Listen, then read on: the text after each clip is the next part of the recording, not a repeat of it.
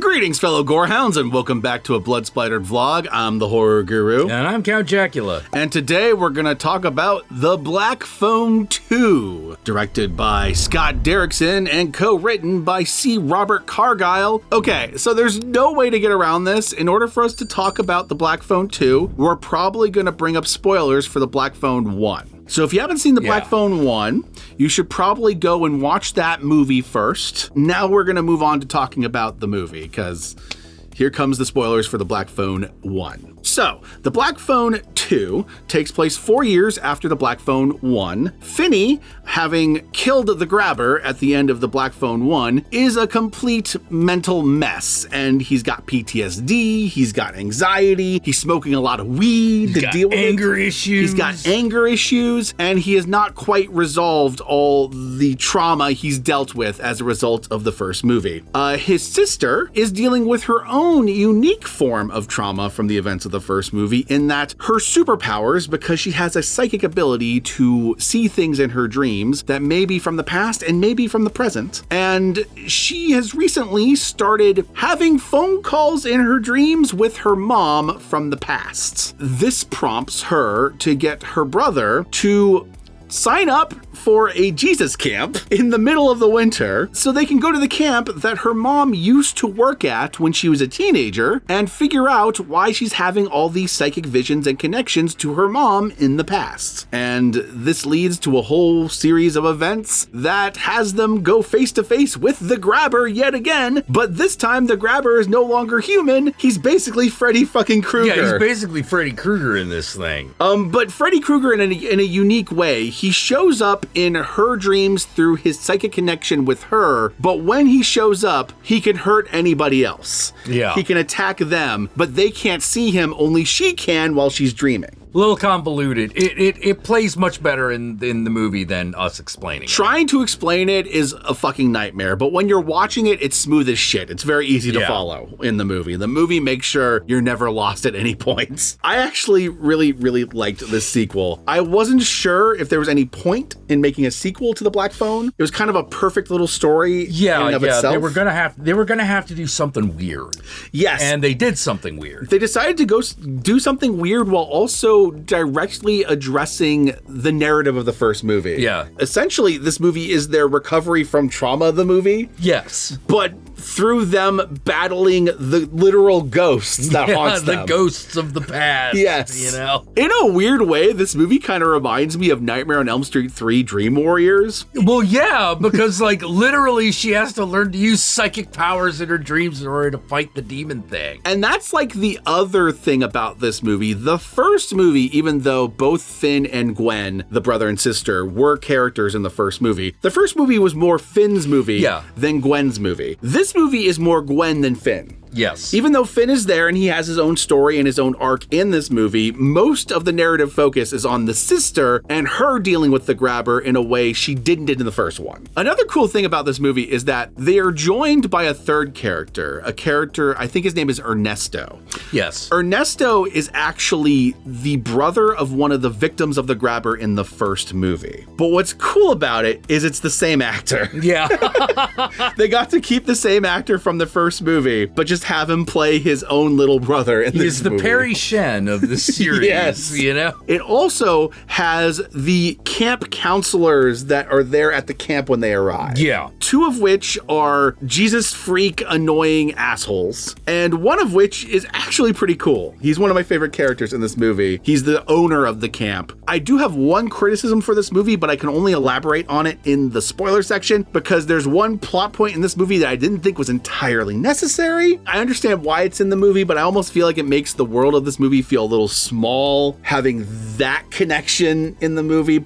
But we'll talk about it in the spoiler section later. Yeah. But overall, this movie works for me. I thought this movie took everything from the original movie, amped it up to 11, and did something completely different with it, and was just a lot of fun. The original movie is a dark kids trauma movie. Yeah. This movie is like kids fighting back. you know? Yeah. So really, the Nightmare on Elm Street 3. Yeah, absolutely. You know? If there was only one character who was doing the Dream Warrior thing. She is the lone Dream Warrior. Everyone else is just her support. And there's there's a lot of creative sequences in this movie. There's an entire sequence that takes place on like a frozen lake, and I've never seen anything quite like this sequence before. The multiple interlocking things of like the dream world and what's happening in the real world, and like what the ghost is doing and what the magic psychic is doing. There's a lot going on in this scene, and I thought it was one of the most unique scenes I've seen in a horror movie all year. And it's pretty much the entire like third act set piece. So I also really like Ethan Hawke. He like you never see his face in this movie, which is so funny because you're like, are they trying to make up for the fact that it's not him? No, it's him. No, it's him the entire time. You can tell. But in the original Black Phone, there's this subtle implication that the grabber has almost like a split personality thing going on. Yeah. There is him outside of the mask, and then there is him in the mask. In this movie, they make it very clear that all that's left of that person's soul is the grabber. Yeah. Well, whoever he was outside of the mask is dead and gone. All that's left is the mask. He doesn't even have a face anymore. It's just like all mangled up and like screwed up. Like the mask is fused to his face, and that's all that remains of his skin. It's pretty fucking gnarly, and the effects are great on that. This movie's pretty unabashedly religious, and yet I didn't find myself annoyed at this movie the way I do with like the Conjuring sequels in that regard. Well, yeah, because Jesus is not the unspoken hero, and there aren't characters going, but you know who we really ought to thank? Yes.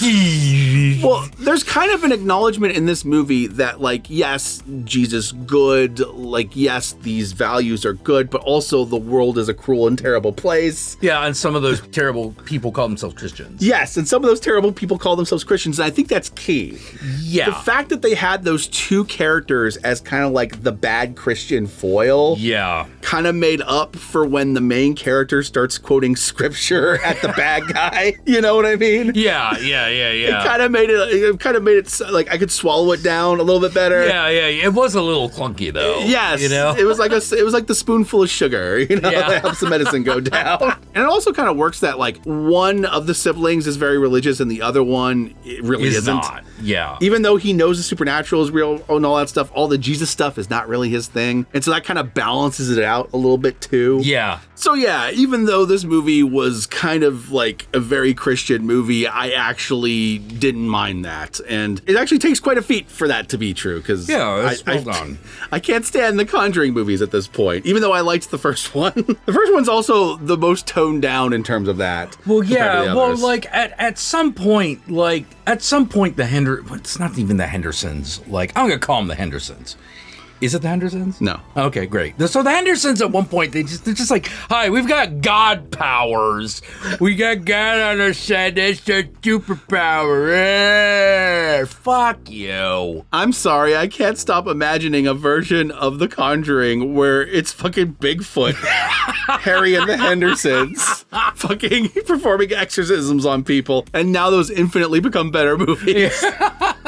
Anyway, my fellow gorehounds, The Black Phone 2. It's a really good sequel. It's a really good movie overall. I had a couple issues with the plot point or two that I'll talk about in the spoiler section, but I think this movie works. I really enjoyed it. I think if you didn't like The Black Phone 1, you'll probably like The Black Phone 2 because it's a way bigger, more extravagant, more crazy movie than The Black Phone 1. Yes. Black Phone 1, much more subdued, much more grounded. This movie kind of takes it into the fucking supernatural stratosphere and just has a blast with it. Anyway, my fellow gorehounds, The Black Phone 2 was in theaters. I think it will still remain in theaters for at least a week or two, so you still have time to check it out before it completely goes away because it's doing really well in theaters, so it's likely to stay for a bit. But if you can't make it out to theaters, it is currently on video on demand. You can rent or buy it on your preferred streaming platform. And I recommend you do one of those two things because this movie kind of rocks. And let's move on to the spoiler section.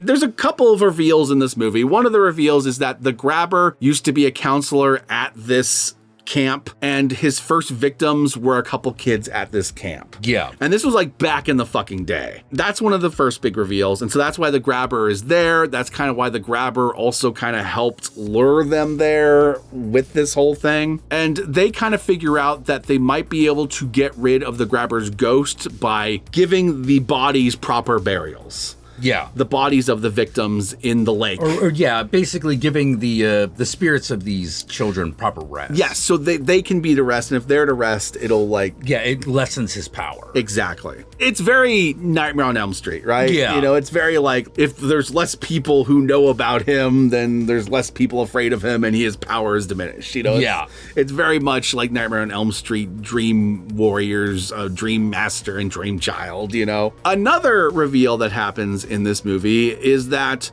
back before the first movie took place, the main character's mother had visions of the grabber and saw the grabber taking his first children in that town. But before she could tell anybody this, the grabber grabbed her and then faked her suicide. This is the plot point where I'm not sure it was entirely necessary. Yeah, I kind of agree. I understand that she had the psychic power, so it makes sense that she would have seen some of the things that the kids were seeing with their psychic visions and whatnot. But I almost feel like it makes this world a little smaller by having that kind of because it feels so convenient because it ties everything up with a little bow. Yeah. I don't know, man. It adds an extra emotional weight to her fighting back to the grabber, but I'm not sure if it was necessary because she already has the weight of you tortured my brother. Yeah. She has the weight of you killed all these kids, and I am being haunted by these very kids that you killed, so I feel their pain. I'm not sure if you needed the extra, and also you killed my mother. Also, you killed my mother. Yeah. The minute they were leading up to it, I was like, oh, of course. Yeah. You know, all right, grabber killed her mom. It's the one part of the movie where I was just like, I don't know about this. Yeah. Overall, the rest of the movie works. They didn't necessarily need to have the mom also be killed by the grabber to have the emotional ending that they have at this movie where she gets the phone call and he can't hear it for once and she can hear it. But she can. And it turns out to be her mom who's talking to her. Though I kind of feel bad for the brother. The brother didn't get that call. Yeah. The brother gets all the shitty calls. Yeah. Hey, I need you to find me. Where are you? I don't know. But if you don't do it, I'm going to keep calling this phone over and over until you say yes. I hate you, ghost. Click, you know. I still haven't forgiven my dad for being an alcoholic. I just don't need to deal with your shit. Speaking of that was actually a part of this movie that 100% worked for me. The father's kind of redemption arc in this movie. Yes. Because he kind of had the start of one in the first movie where, you know, he comes looking for his kids after being like this drunk fucking asshole for the entire movie. But in this movie, we got to see him 4 years sober, trying to do right by his kids, but still kind of like touch and go with them. Because like, for one, you got psychic kids there, Hoss. Yeah. Well, he still kind of feels a little emotionally unavailable to them. Yeah, like he really doesn't know what to do. Like it's taking every energy he has to not drink that he can't spend time actually like connecting to his kids. Yeah. And what I like about this movie is you actually get to see him connect to his kids through helping them fight the grabber. Yeah. And that really worked for me. Although I have to say, when he showed up with that plow, I start thinking of that Simpsons episode, like, my name is Mr. Plow, that name again is Mr. Plow. They tried to make like a comparison between like his weed problem and the dad's alcohol, and I can see what they're doing there, but I do want to point out that one's a worse problem to have than the other. Oh, yeah. It's easier to deal with a pothead. Yeah, the main thing that he was doing was that he was basically avoiding confronting any and all of his problems by just getting high. Right. Which is you know, is true for an alcoholic or whatever. But the weed itself wasn't making him a danger to the people around him. Right. The way that dad's alcohol was making him abusive to his kids. Yes. You know, he was being a piece of shit and like getting into fights with people, don't get me wrong, but that was when he wasn't smoking the weed. Yeah. It's a very gory movie. There's a lot of death, but it has a very low body count. It does have a low body count because most of the deaths happened in the past. Very similar to the first Black Phone, where he's speaking to these ghosts that have all these like, you know, mangled like prosthetics on and stuff like that, but they're already dead. Yeah. It's kind of the same here. There's a lot of, don't get me wrong, there's a lot of gore. But much like the first Black Phone, it's all about children who got killed. Yes. So if the idea of a movie where there's a kid running around with severe burn scars because he was thrown in an oven, if something like that is a little much for you, then the movie will probably be intense for you. Yeah, you will watch a kid get his head sliced off. Yes. One of the things that happens throughout this movie is that she is haunted by the death of these kids. They're constantly showing her how and where they died so that she can figure out pieces of the puzzle, but that means she has to witness them being fucking murdered and mutilated. Pretty horrifying. Yeah, solid horror flick. Absolutely. A solid sequel, way better sequel than I expected anyone to make out of The Black Phone. Because again, I didn't think The Black Phone needed a sequel. No, and it still I was struggling to figure out like what they were even going to do, you know? And it still doesn't need a sequel, but this movie more than justified its existence. And I enjoyed the journey throughout it, even if some of the plot points weren't necessary. Yes.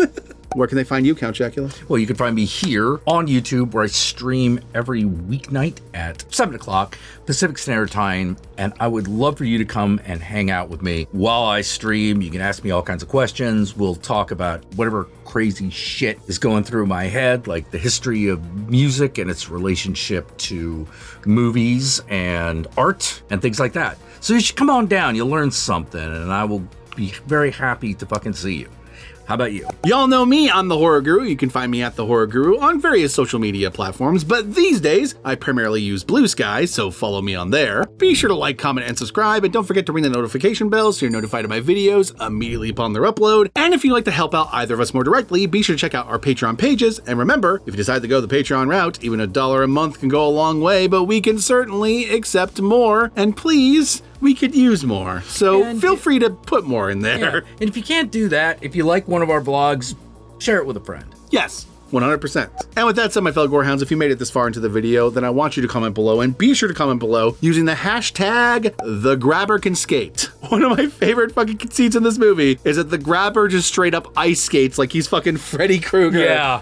Fucking going after the kids. And it's one of the most intense sequences in the movie, which is impressive. So use that hashtag, work it into your comment below. That way I know, that way Jack knows, that way the whole world knows that you know the grabber can indeed skate. And with that said, peace out, my fellow Gorehounds, and we'll catch y'all later.